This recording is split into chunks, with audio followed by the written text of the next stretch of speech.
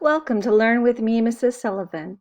It's Each Kindness by Jacqueline Woodson, illustrated by E.B. Lewis. That winter, snow fell on everything, turning the world a brilliant white. One morning, as we settled into our seats, the classroom door opened, and the principal came in. She had a girl with her, and she said to us, "This is Maya." Maya looked down at the floor. I think I heard her whisper, "Hello."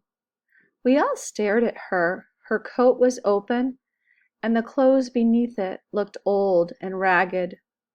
Her shoes were spring shoes, not meant for the snow. A strap on one of them had broken. Our teacher, Mrs. Albert, said, "Say good morning to our new student." But most of us were silent. The only empty seat was next to me. That's where our teacher put Maya. On that first day, Maya turned to me and smiled. But I didn't smile back. I moved my chair, myself, and my books a little farther away from her. When she turned my way, I turned to the window and stared out at the snow. And every day after that, when Maya came into the classroom, I looked away and didn't smile back. My best friends that year were Kendra and Sophie. At lunchtime, we walked around the schoolyard, our fingers laced together, whispering secrets into each other's ears. One day, while we were near the slide, Maya came over to us. She held open her hand to show us the shiny jacks and tiny red ball she'd gotten for her birthday. "It's a high bouncer," she said. But none of us wanted to play. So Maya played a game against herself. That afternoon, when we got back into the classroom, Maya whispered to me, "Bet you can't guess who the new Jacks champion of the world is." Behind me, Andrew whispered, "Chloe's got a new friend. Chloe's got a new friend." "She's not my friend," I whispered back. The weeks passed. Every day we whispered about Maya, laughing at her clothes, her shoes, the strange food she brought for lunch. Some days Maya held out her hand to show us what she brought to school: a deck of cards, pick-up sticks, a small tattered doll. Whenever she asked us to play, we said no. The days grew warmer and warmer. The pond thawed. Grass began growing where snow had once been. One day Maya came to school wearing a pretty dress and fancy shoes. But the shoes and dress looked like they belonged to another girl before Maya. "I have a new name for her," Kendra whispered. "Never knew. Everything she has comes from a second-hand store." We all laughed. Maya stood by the fence. She was holding a jump rope, but did not come over to ask us if we wanted to play. After a while, she folded it doubled, rolled the ends around each hand, and started jumping. She jumped around the whole schoolyard without stopping. She didn't look up once, just jumped, jumped, jumped. The next day, Maya's seat was empty. In the class that morning, we were talking about kindness. Mrs. Albert had brought a big bowl into class and filled it with water. We all gathered around her desk and watched her drop a small stone into it.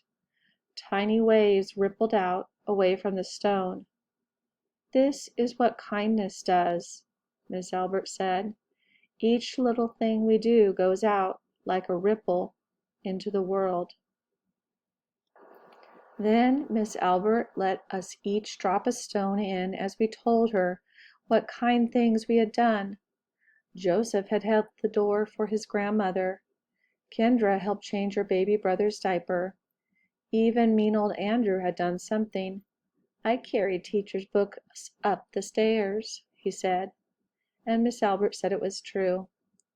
I stood there holding Miss Albert's rock in my hand, silent. Even small things count, Miss Albert said gently. But I couldn't think of anything and passed the stone on. Maya didn't come to school the next day or the day after that.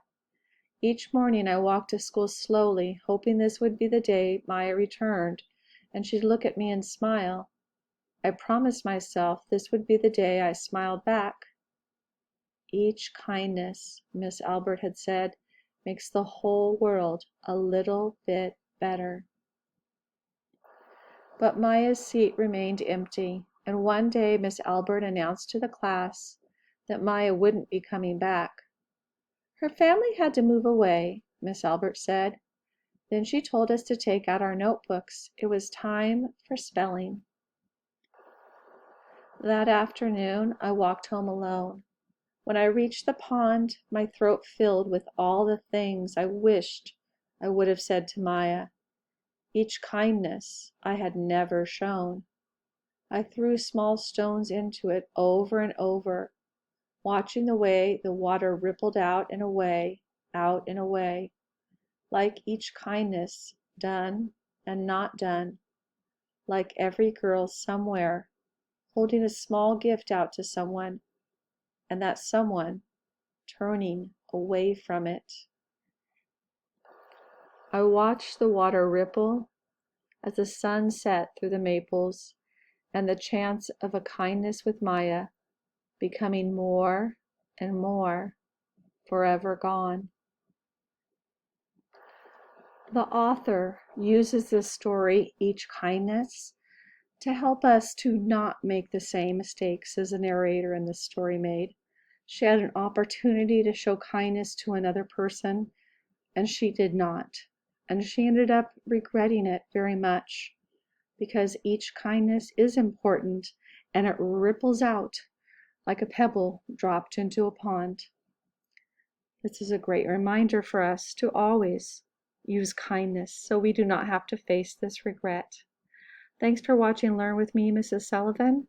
Please like and subscribe, and don't forget to hit the notifications button.